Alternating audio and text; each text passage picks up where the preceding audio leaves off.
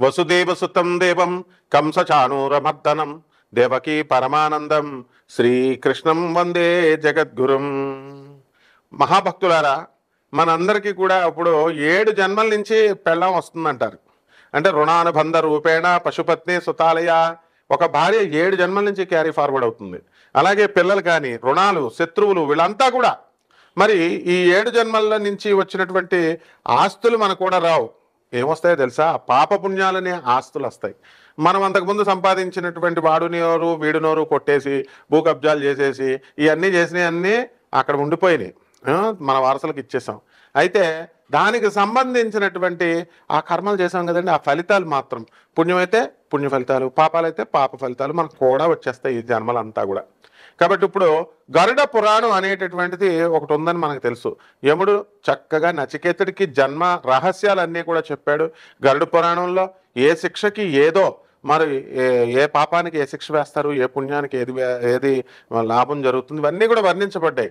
కాకపోతే మనం జీర్ణించుకోవడానికి కొంచెం కష్టంగా ఉంటుందన్నమాట. ఇప్పుడు చూడండి, మనకి లాస్ట్ 7 జన్మల నుంచి మనం కనుక తీసుకుంటే కనుక మనము భార్య అనేటటువంటి ఆవిడ ఎందుకు వస్తుందంటే మనకు పాపం సేవ చేస్తుందండి. పాపం మనం వాళ్ళ చేత సేవలు చేపించుకున్నాం, అందువలన ఆమె భార్య రూపంలో వస్తుంది. పిల్లలు ఎవరండి? అప్పులు ఎగ్గొట్టేసాం మనం, అప్పులోళ్లే మన పిల్లలు. అందుకే వాళ్ళని శుభ్రంగా చదివేస్తాం, బ్రహ్మాండంగా పెంచుతాం, పెద్ద చేస్తాం. వాళ్ళకి అన్నీ ఇచ్చిన తర్వాత మనకి చితి పెట్టించుకుంటాం వాళ్ళ చేత. ఆ మధ్యలో వాళ్ళు ఏం చేస్తారండి? భార్య పిల్లలు వచ్చిన తర్వాత వాళ్ళు ముందుకు వెళ్ళిపోతారు వాళ్ళు. కాబట్టి ఇది తప్పు కాదండి, ఇది ప్రకృతి ధర్మం. ప్రకృతి ధర్మం ఏంటంటే ముందు చూపు చూడాలి. ముందు వాళ్ళకు పుట్టినటువంటి సంతానాలు చూస్తారు కానీ వెనక్కి చూడరు. వెనకగా వాళ్ళ తల్లిదండ్రులని, వాళ్ళని, తాతల్ని వాళ్ళ చూడరు అనమాట. కాబట్టి మనము ఎవరి అయితే మనము ఈ ఈ యొక్క స్త్రీలని మనం అవమానిస్తామో అటువంటి వాళ్ళు పేడలో పురుగుగా పడతాడని గరుడ పురాణం చెప్తుంది. ఎవరైతే అమాయకులైనటువంటి అబలులైనటువంటి వాళ్ళ మీద అత్యాచారాలు చేస్తామో, లేకపోతే వాళ్ళ యొక్క ధనాన్ని మనము లాగేసుకుంటామో, ఇవంతా కూడా మనం ఎలా పుడతామండి? దోమై పుడతాము అని చెప్తోంది గరుడ పురాణం. అలాగే మనము గురువుల్ని మనం సలహాలు ఇస్తాం, బెటకారం ఆడతాం. చిన్నప్పుడు మనం స్కూల్కి వెళ్ళినప్పుడు చూడండి, మాస్టర్ పాఠాలు చెప్తుంటే జోకులు వేస్తాం, సెటైర్లు వేస్తాం. అలాగే ఇప్పుడు నేను వీడియోలు చెప్తున్నానండి, నా మీద కూడా సెటైర్లు వేస్తారు కదా, సరదాగా కామెంట్స్ అవి పెడతా ఉంటారు. అంటే మంచిగా చెప్పకపోతే మీకు ఏమండి మీరు కోటీశ్వర్లు అయిపోతారండి, ఏమండి మీరు చాలా గొప్పవాళ్ళు అయిపోతారండి అంటే అప్పుడు పెడతారు.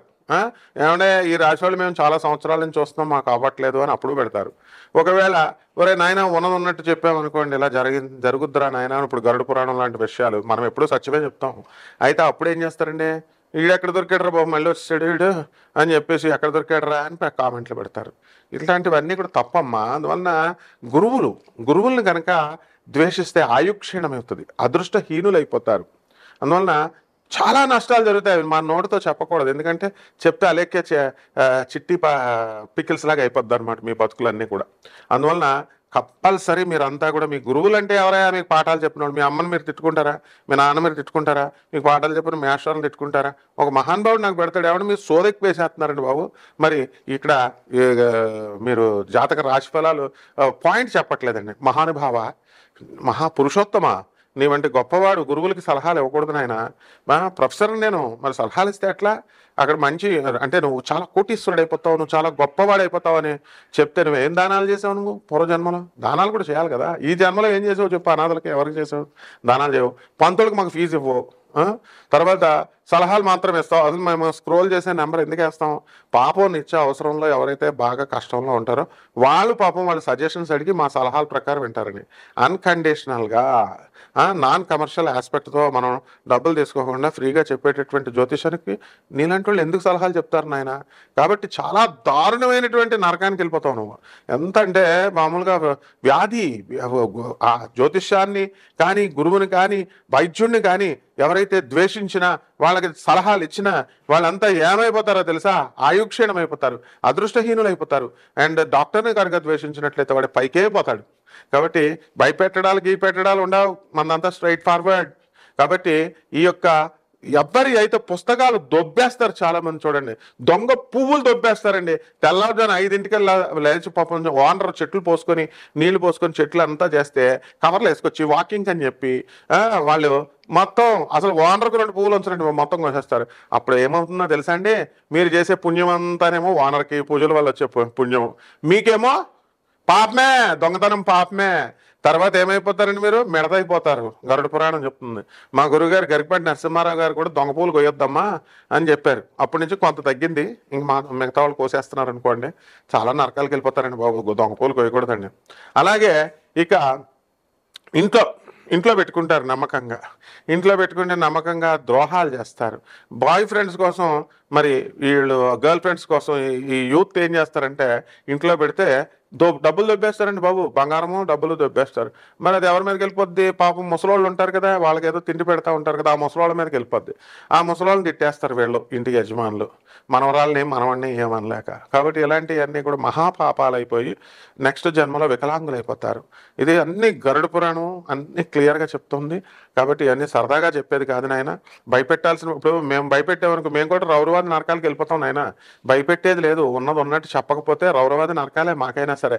కాబట్టి యూట్యూబ్లో ఉన్నటువంటి మహానుభావులు మొత్తం జ్యోతిష్యం చెప్పేటటువంటి వాళ్ళు, ప్రవచనాలు చెప్పేటటువంటి వాళ్ళు ఎంతో కష్టపడి ఎంతో పరిశ్రమించి రోజులు పుస్తకాలు బట్టీలు కొట్టి చిన్నప్పటి నుంచి గురువుగారు పాలు పిసికి అన్ని నగ్న సత్యాలు చెప్తున్నారు నాయన, నగ్న సత్యాలు చెప్తున్నారు. కాబట్టి వాళ్ళు అలా చెప్పలేదనుకోండి, రౌరవాది నరకాలకు వెళ్ళిపోతారు వాళ్ళు కూడా. కాబట్టి ఈ విషయాల్లో చాలా జాగ్రత్తగా ఉండాలా. గరుడ పురాణంలో ఎవరి అన్నం అయితే మనం దొబ్బేస్తామో అటువంటి వాళ్ళు మనం అన్నం లేకుండా నెక్స్ట్ జన్మలో చాలా బాధపడతాం. అంటే అన్నం అంటే అన్నం ప్లేట్ కాదండి దొబ్బేయడం, అవతల వాడి యొక్క శ్రమను దోచుకోవడం. అవతల వాడికి వాడు కష్టపడి సంపాదించుకుంటాడండి ఇల్లు. కొంతమంది రాజకీయ నాయకులు, రౌడీ షీటర్లు, చెడ్డోళ్ళు ఉంటారు కదా, వాళ్ళు దొబ్బేస్తారు కదండి స్థలాలు అవన్నీ. వాళ్ళకి నెక్స్ట్ జన్మలో ఫుడ్ ఉండదండి. కాబట్టి అందుకనే రౌడీ షీటర్లు చూడండి, ఈ జన్మలోనే ఫటాల్ కత్తి పట్టుకునేవాడు కత్తితోనే పోతాడు. నయీం ఏమైపోయాడండి, మన కళ్ళ ముందు నయీం అయిపోయాడు. బోడు మందిని చూసాం మనం ఇలాంటి వాళ్ళందరినీ, గోండాలని. మా మా ఫ్రెండ్ అయినటువంటి పోలీస్ కమిషనర్ సురేంద్ర బాబు వేసేయడం ఎంత ఎన్కౌంటర్. సజ్జనార్ సార్ ఎవరు ఏంటంటే ఐపీఎస్లు, బ్రహ్మాండమైన ఐపీఎస్లు ఉన్నారు. ఐపీఎస్లు ఇప్పుడు జితేంద్ర సార్ మహాత్ముడు డీజీపీ. మరి వీళ్ళంతా ఉండగా మనం పిచ్చేషాలు వేస్తే మనం రక్షించుకోవాలి. చక్కగా మన ధర్మాన్ని, ఎథిక్స్ని, మారల్స్ని రక్షించుకోవాలి నాయన, రక్షించుకోవాలి. కాబట్టి అధర్మం పాలు చేయకండి. చక్కగా ధర్మం కోసం వీళ్ళు చెప్పేటటువంటి ప్రవచనాలన్నీ వినండి. పూజలు పునస్కారాలు చేయక్కర్లేదులే. ₹1,00,000 అవుతున్నాడు, లేకపోతే అడుగుతున్నాడు, లేకపోతే 50,000 అడుగుతున్నాడు అని ఈ జ్యోతిష్కులు చెప్పేది వదిలేయండి. పాపం దక్షిణలు ఇచ్చేయండి బాబు. పంతులకి దక్షిణలు ఎగ్గొడతారంటే బాబు. ఎవరైతే పంతులకి దక్షిణలు ఎగ్గొడతారో, ఎవరైతే జ్యోతిష్కులకి దక్షిణలు ఎగ్గొడతారో వాళ్ళకి ఏమొస్తుందో తెలుసా? గరుడ పురాణం తీసి చదవమని చూస్తాను. బ్రాహ్మణ చెప్పేది వినకపోయినా. బ్రాహ్మణ అంటే ఏంటండి? బ్రాహ్మణ క్యాష్ కాదండి బాబు. బ్రాహ్మణ అంటే బ్రహ్మజ్ఞానాంతో బ్రాహ్మణ. ఎవరైతే నీ మంచి కోసం చెప్పేటటువంటి వాడు, గురుస్థానంలో ఉండి చెప్పేటటువంటి వాడు, దత్తాత్రేయుడు అవతారం వాడు, అటువంటి వాళ్ళు కనుక చెప్పింది కనుక వినకపోతే నువ్వు ఏమైపోతావంటే రౌరవాది నరకాలకు వెళ్ళిపోతావని చెప్తోంది. రౌరవాది నరకం అంటే అల్టిమేట్ అనమాట. ఇంకా ఇవన్నీ నరకాలు ఉన్నాయండి లేవండి అని వితండవాదం చేసే వాళ్ళకి ఈ జన్మలో లాస్ట్ రోజులు కూడా అవసరం లేదు. స్టార్టింగ్లో పెరాలసిస్ వచ్చేస్తుంది. గరుడ పురాణం అంటేనే అంతేనండి బాబు, భయం భయం భయం. అందుకే ఇంట్లో గరుడ పురాణం ఎవడో పెట్టుకోడు. దానికి భయం వేసి ఏంటి తప్పులు చేయాల్సి వస్తుంది. తప్పులు చేస్తే ఈ శిక్షలను గరుడ పురాణంలో ఉంటుంది. కానీ అందుకని ఏం చెప్తారు, సెంటిమెంట్ కింద. ప్రజలు చాలా తెలివైన వాళ్ళు కదా, ఏమంటే బాబు చచ్చిపోయిన వాళ్ళు చచ్చిపోతారు, గరుడ పురాణం ఇంట్లో పెట్టుకోకూడదని అంటారు. నో, దానికోసం కాదు. ప్రతి వాడి ఇంట్లో కూడా గరుడ పురాణం పెట్టారు. It is like an IPC section, Indian penal code లాంటిది. మరి అలాంటిది మీ దగ్గర ఉండాలి. కంపల్సరీ గరుడ పురాణం తెచ్చుకోండి, మీ ఇంట్లో పెట్టుకోండి. దీని ప్రకారం ఈ పూర్వజన్మల కర్మల ప్రకారం మనందరం చేసినటువంటి 7 జన్మలని తీసుకుందాం. మరి దాని యొక్క ప్రభావాలన్నీ కూడా ఈ రాశుల మీద నక్షత్రాల రూపంలో, మళ్ళీ అలాగే ఈ యొక్క గ్రహాల రూపంలో మనకి చూపిస్తాయి. ఈ 2025వ సంవత్సరం అంతా కూడా ఇవి మనం చేసినటువంటి పాపాలను బట్టి ఏ రాశుల వాళ్ళని ఎలా ఇబ్బంది పెడతాయి అన్నది మనం ఈ వీడియోలో తెలుసుకుందాం. ఒక్కొక్క రాశికి విడివిడిగా చూడండి. సింహరాశి వాళ్ళందరూ కూడా మనకి ఇప్పుడు గురు బలం పెరుగుతుందండి. సింహరాశి వాళ్ళకి మే 30, 2025వ సంవత్సరం నుంచి గురుడు వృషభ రాశి నుంచి మిథున రాశిలోకి వస్తున్నాడు. ఆ తర్వాత కర్కాటక రాశి సంచారము చేసినప్పుడు కొంత ఇబ్బందులు పెడతాడు. అదేవిధంగా ఈ యొక్క ఆగస్ట్ నెలలో మీరు అనుకున్నటువంటివన్నీ కూడా సాధించడానికి అవకాశాలు ఉంటాయి. ఇప్పుడు బ్యూటిఫుల్గా ఉంటుందండి. ఈ యొక్క ఏప్రిల్ 13 నుంచి మనకి రవి మేషరాశిలోకి వచ్చాడు. And it will give you very wonderful experiences అనమాట. అలాగే ఈ బుధ, శుక్ర, రాహు, శని గ్రహాలన్నీ కూడా మీకు చక్కగా ఈ యొక్క మీనరాశిలో ఉండడము, కేతు కన్యారాశిలో ఉండడము, ఆ తర్వాత రాహు మనకి మళ్ళీ మే 29, 2025వ సంవత్సరంలో మరి కుంభరాశిలోకి కేతు కన్యారాశి నుంచి ఈ యొక్క సింహరాశిలోకి వెళ్ళడం, ఇవన్నీ కూడా మనం అబ్జర్వ్ చేసినట్లయితే కొన్ని మంచి లాభాలు జరగడానికి అవకాశాలు ఉంటాయి. మీ పిల్లలకి సీట్లు రావడానికి అవకాశాలు ఉంటాయి. ఫారిన్ విశ్వవిద్యాలయాల్లో ఆల్రెడీ జాస్తి ఋషి అని చెప్పేసి అబ్బాయికి అమెరికాలో ద బెస్ట్ యూనివర్సిటీలో MITలో వాళ్ళ అలాంటి స్టాన్ఫోర్డ్ యూనివర్సిటీస్, MIT లాంటి యూనివర్సిటీస్ ఉంటాయి. సో 9th గ్రేడ్ నుంచి 10th గ్రేడ్లో అతనికి కావాల్సిందంతా మ్యాథ్స్ అండ్ సైన్సెస్ అంతా కూడా అవగొట్టేశాడు. ఇక ఎకనామిక్స్, సోషల్ స్టడీస్ ఇలాంటివి చదవాలా. కానీ బట్ ఒక మంచి గ్రూప్కి ఆఫర్ చేసుకొని నార్త్ కరోలినాలో అండ్ బ్యూటిఫుల్ స్కూల్లో అతనికి సింహరాశి వాళ్ళ పిల్లడే సీట్ రావడం జరిగింది. సో ఇవన్నీ కూడా లైవ్ ఎగ్జాంపుల్స్ మీకు. కాబట్టి ఈ యొక్క సింహరాశి వాళ్ళంతా కూడా దాన ధర్మాలు కొంతమంది చేస్తారండి. ఏ రాశి వాళ్ళు అయినా సరే, సింహరాశి వాళ్ళు అయినా ఏ రాశి వాళ్ళు అయినా దాన ధర్మాలు కొన్ని రాశుల్లో వాళ్ళు చేస్తూ ఉంటారు. So you have to do it. Manusmriti ప్రకారం 10% మీరు చేయాల్సినటువంటి అవసరం మీకు ఉంది. అండ్ రైతుల దగ్గరకు వచ్చేసరికి కొంచెం పరిస్థితి బాగుండదు. అండ్ వితండ బాధాలు అనేటటువంటివి భార్య భర్తలతో మీకు మే 29, 2025 సంవత్సరంలో మీకు ఇవన్నీ కూడా జరుగుతాయి. అయితే మీకు డౌట్ రావచ్చు, ఏమంటే మేము హస్బెండ్ అండ్ వైఫ్ చాలా బాగున్నామండి, వితండవాదాలు మేము ఎందుకు చేస్తామని. No, the planets are not in your hands, it is nothing but the destiny. ఏదో అందరూ వాదిచ్చేస్తున్నట్టు ఎందుకు ఫీల్ అయిపోతారు మీరు? రాశి ఫలాలను బట్టి కొంతమంది జరుగుతారమ్మా, సమ్ పీపుల్ అని పదం వాడతాం. So some will do like that, will behave like that. అలాగే ఈ యొక్క అష్టమ స్థితిగతుడైనటువంటి శనిగ్రహ ప్రభావం వలన పని 1కి 2 సార్లు చేయడము, ఇలాంటివన్నీ కూడా చేస్తారు. రైతుల పరిస్థితి అనేటటువంటిది మే 30 తర్వాత వర్స్ట్గా ఉంది. ఇంకా వర్స్ట్గా మనకి ఉండడం అనేటటువంటివి జరుగుతాయి.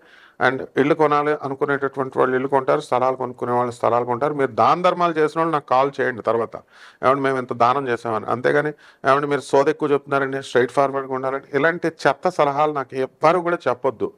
అండ్ ప్రతి ఒక్కడు చెప్తాడు, ఏమంటే నేను దాన ధర్మాలు విపరీతంగా చేస్తానండి. ఇప్పుడు లైఫ్లో ఒకసారి చేయడం కాదు, డైలీ చేయాలి. నువ్వు డైలీ అన్నం తింటున్నావుగా, డైలీ చేయాలి ప్రతి మనిషి కూడా. So keep it in mind. And coming to the point, పరిహారాల దగ్గరికి వచ్చేసరికి this is my classroom. So మనం జాగ్రత్తగా చక్కగా ఒక టీచర్ చెప్తున్నాడు కాబట్టి జాగ్రత్తగా మనం ఫాలో అవ్వాలండి. అండ్ పరిహారాల దగ్గరికి వచ్చేసరికి మనకి రాహు బాగుండలేదు, శని కూడా బాగుండలేదండి.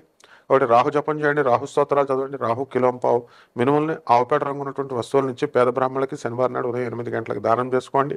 అలాగే ఈ యొక్క శని జపం చేయండి, శని స్తోత్రాలు చదవండి, శనికి కిలోంపావు నల్ల నువ్వుల్ని, నల్లని వస్త్రాన్ని ఇచ్చి పేద బ్రాహ్మణులకి మీరంతా కూడా దానం చేసుకోండి. రావి చెట్టు చుట్టూ ప్రదక్షిణాలు చేయండి.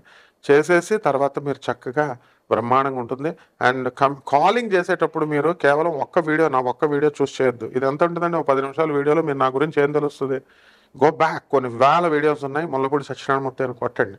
కొట్టేసి చక్కగా మనం ఏంటి అసలు, మనం సోషల్ రిఫార్మేషన్ కోసం మనం కష్టపడుతున్నాము అని తెలుసుకొని మీరు రండి. అంతేగాని ఏదో ఒక వీడియో చూసేసి సలహాలు ఇచ్చేయడానికి రాకూడదు. Okay, thank you brother, Subhamastu.